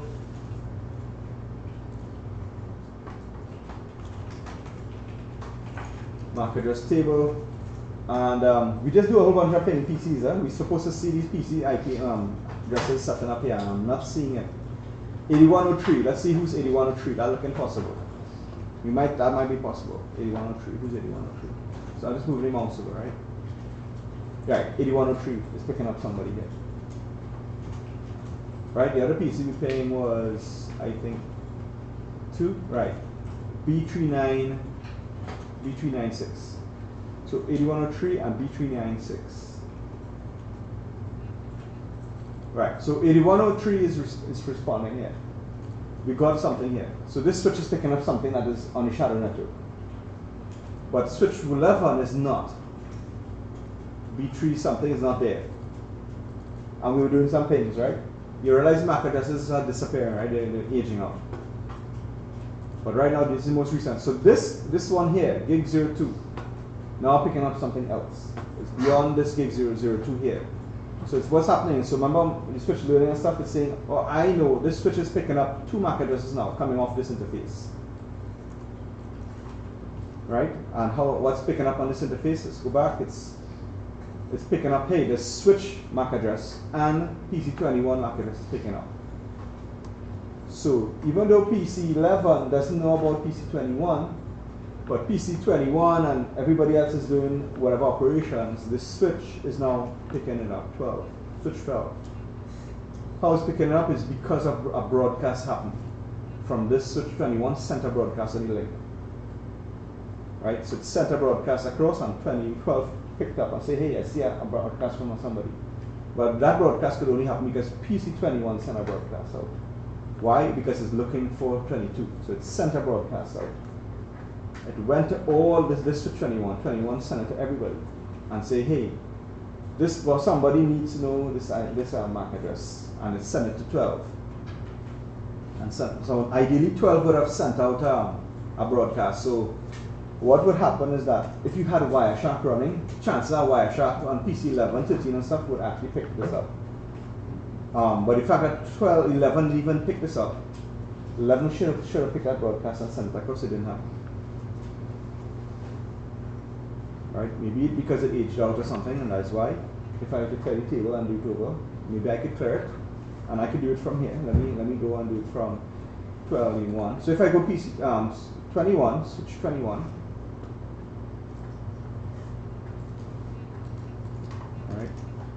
Alright, let's do show mark. Alright, so you have a whole bunch of them here. Right? A103 is the one in focus. That's FA1, this is fine. B396. So we could do this, we could actually not even enable. So I'm going to clear the MAC address table.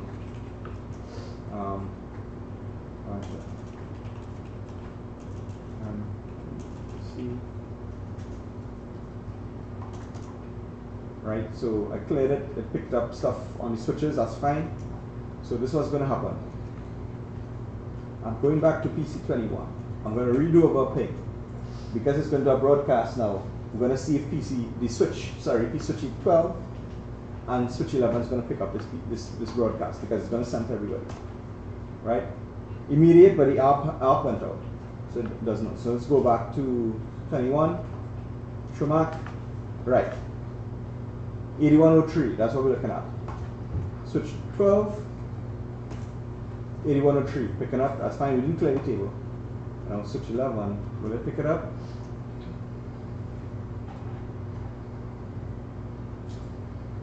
(8103).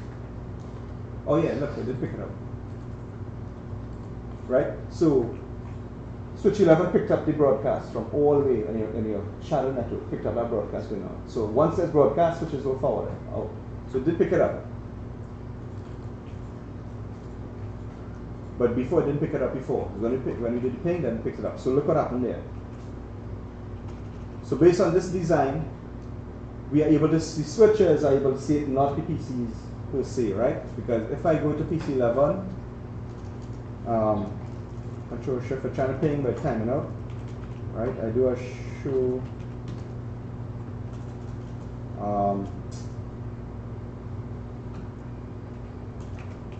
show off.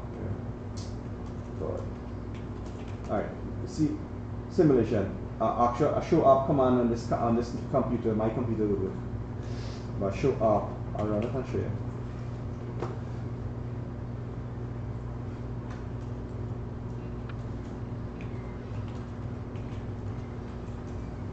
No, up, not show. What am I saying? Okay, sorry. Up. Alright, okay, up E. Right. So you're only seeing 192s here, you're not seeing any 172s, right?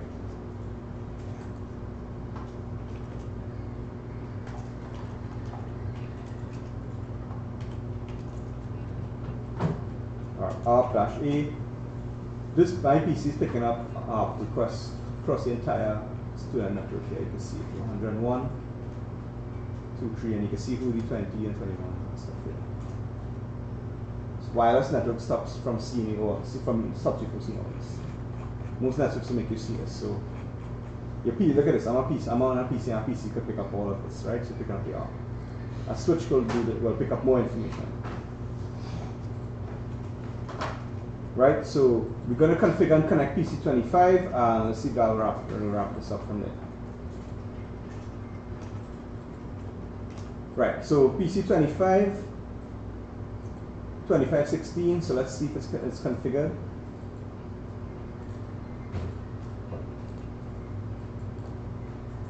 It's not, we're going to set it up 172.16. I'm doing this to show you, I'm doing this so that you're seeing how to configure devices in Packet Tracer. At least in the PC level. It automatically filled in the mask because of the class it picked up. You could always change this mask. There's no default gateway or anything defined in this. So we leave it like that, we're done here, we close this off. Right, one, we already have PC configured, now we have to connect.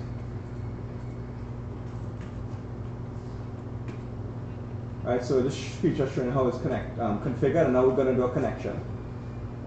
Fast Ethernet 0 to Fast Ethernet 03 and switch 11, so we're just doing that connection here.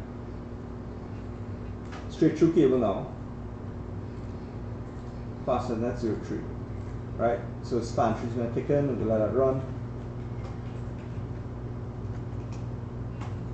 Right, so from PC25, You're going to ping to PC21 and server 21. Right, so let me see, this is still running. It doesn't matter, we'll plug this in command, right? 172.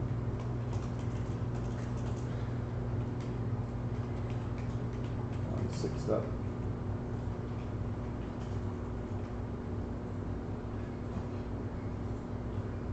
81.2.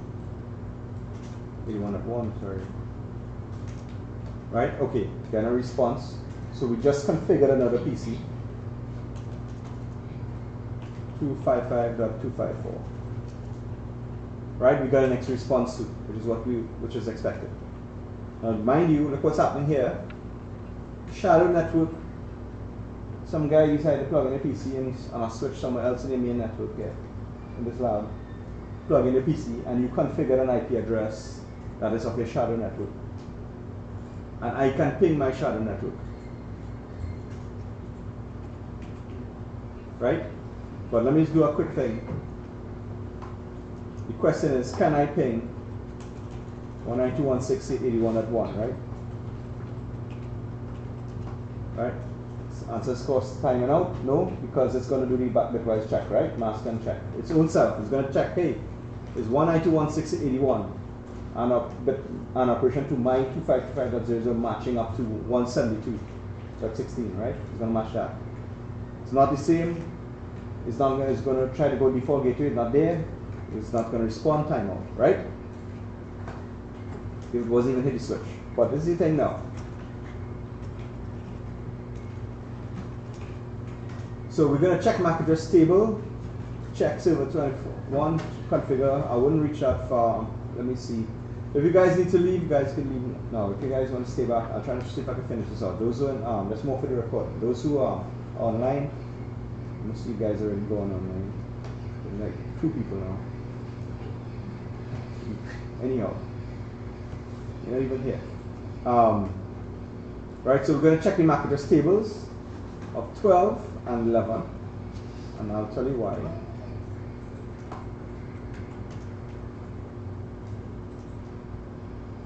Right, 11. I don't understand what's going on. I think it cleared out just now.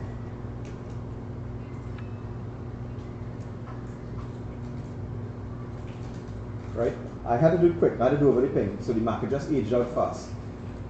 So I had to do the ping and see. So what's going to happen?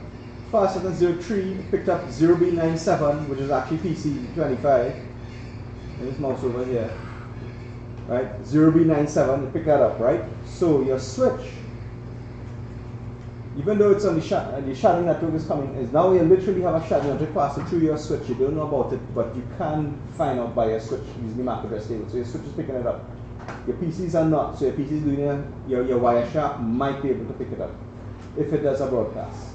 But your switches, once the traffic is flowing, it's going to have MAC addresses. It will pick it up.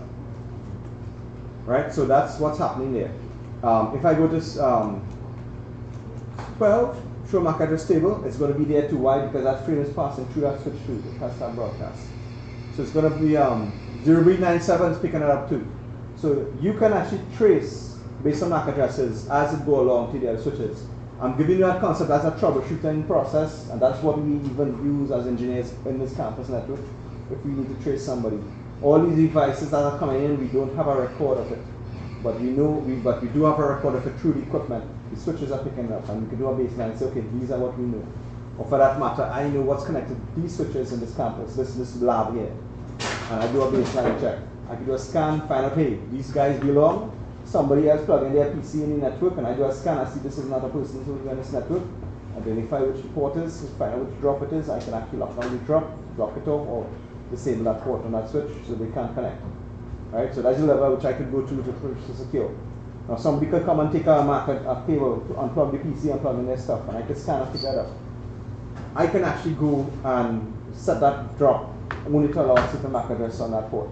So if you plug in your PC, it's not going to be active, it will be disabled. Right, that's the level. And of course you can go and spoof the MAC address, but you got to figure that out. You got to go and get the MAC address of the PC and spoof it. At that point you're getting away.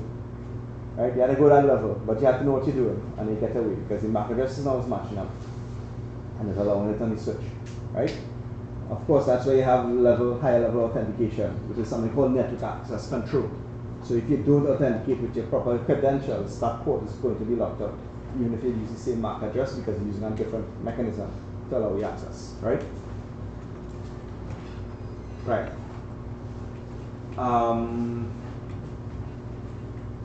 Right. So this is, I just going through just, we're almost done here, but there's one stage. I just check in server 21, and we're just gonna configure IP address and stuff.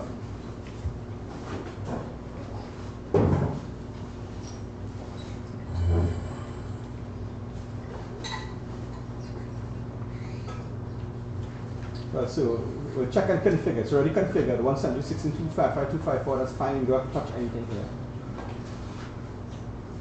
Right? There's no configuration to be done because it already has the IP addresses. Right? I end up what I do here is I did this. I intentionally put a X. So what we're going to do? We're going to copy this IP address. Why? Because down here the label. Oh, I don't know why I did that. The label is correct. That's correct. So they have the IP address here. So we're good here.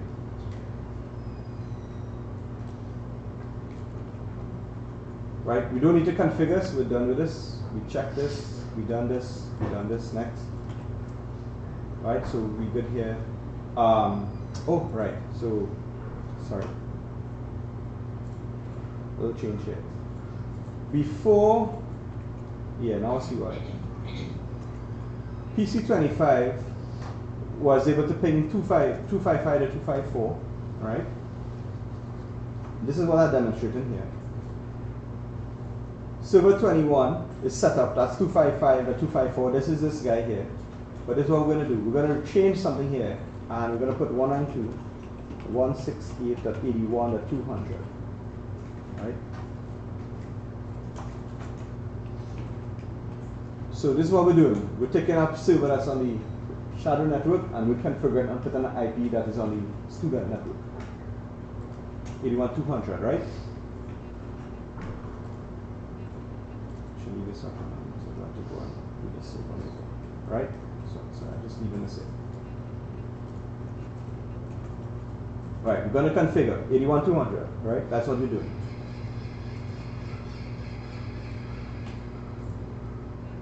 Nothing else changed here, but we're going to do some things now, right? Ideally, we change the label if we're doing that, right? But we're not doing that since we're doing shadowy stuff. Right. So now from the ping PCs, from PC server 21, we're going to do these pings and then see what happens.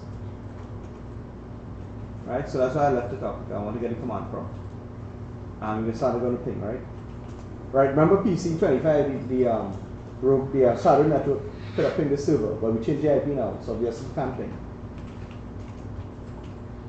81.2, and now this PC is able to ping, right? Why? We set the IP on the same subnet. That's why it's pinging. 81.2, 81.3. Alright, 4, 254. Alright, so it's pinging everybody. Now if we try to do the ping of the 172 now,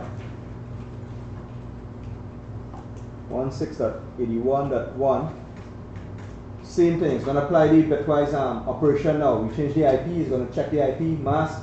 Is it the same? No, it's not. Check gateway. Doesn't exist. Timing out, right? 25, same thing, same problem, right?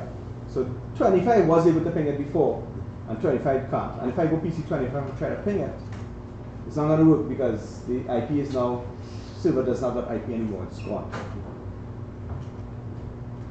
Right, so we're going to check MAC address tables quick. I'm going to ask some questions in that one, right? So we're going to check MAC address table, popping up a lot of stuff, more stuff. Switch 12 has more stuff. It's going to pick up something here, which is the server MAC address. Sorry, not this one.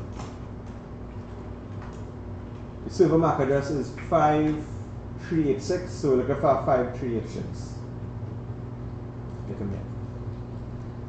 So that's the server MAC address is now being known, but the point is that server could have communicated. Look at that. That server was just changing IP and bam, it's communicating with the other network too, but not at the same time. So the question comes up: how do we get one network to communicate with the other network? That's what it wants. I can't be changing the IP on my server all the time. So I want the server. Let's say I want to regularize this network. Right. So what's happening here? And I don't think. Let me see. Is the end of the lab? Yeah. So what's happening here? And you guys may or may not see it. My pen. You'll notice something here different. I added another NIC. To that server and added it to the switch. And you'll notice something here as well. The IP address now. The server now has two IP addresses set. Shadow network and a student network. Technically speaking, this server now can communicate to both. Right? But that's just that server only. What if we want our PC to communicate with another PC? We can put that two NICs on that PC, right? That'll be by USB NIC. Can next drop in the wall and next port in the switch and things. So we can't do that. So ideally, best way to do this is to use a router. Right? That's why I get two networks to communicate. So that's essentially what this lab was, not just the MAC address learning and stuff, but how a network cannot see one another because of the subnets. They're literally on the same switches, broadcast happening, switches seeing everything, but the PCs can't. And then we find a way how to get them on the same network. Right? Let me see if I can. Right, yes I can. Okay. So this server has two NICs, which is great. So now I'm actually going to put the right, 172.168.254, right? And I'm going to connect gig 1 onto the same switch, right? So take the cable, gig 1 to the switch, doesn't matter where, 25, doesn't matter. Let them start up. Right, I'm going to put 192.168.81, which is what I just did in the diagram.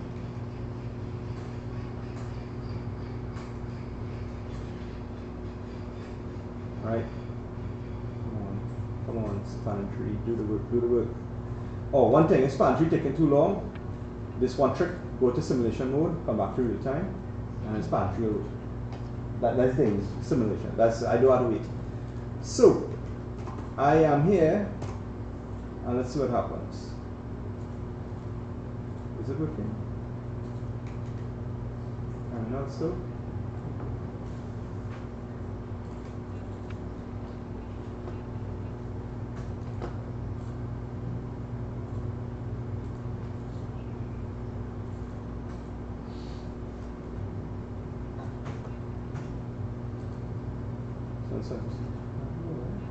Yeah, that way it's supposed to work.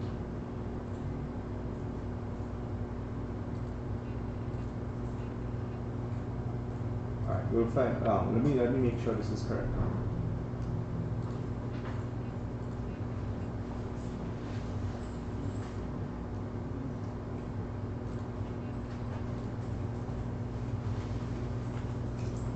Right, okay. So right now PC 21 can ping the server because I set two IPs on the server. PC 11 can ping it now. 192.168.81 to 200, right? Because that's the IP. So PC, look at these guys. This everybody, PC, the regular student PC and the shadow PC network PCs can ping the server because of that. Let's go back and see if this works. All right. The switches have to learn the MAC. It learned the MAC. And now my new shadow PC 25 can ping the server. Why? Because that server, two NICs was configured, one-on-one network. But only, look at this, packages only has two NICs for the server. I can't add a third one if I want to do a third network, right? So again, going back, how do we communicate on a network? So this is not really the best way. We'll have to use a router. And later on when we do routing with IPv6 and stuff, and static routing, we'll see how that works, right? Alright guys, that's the end of this lab. Thank you very much. Well, all extra time spent, but thank you for your patience. And we have this recording that you guys can look at later on. Alright, have a good afternoon, good Saturday. See you on Monday.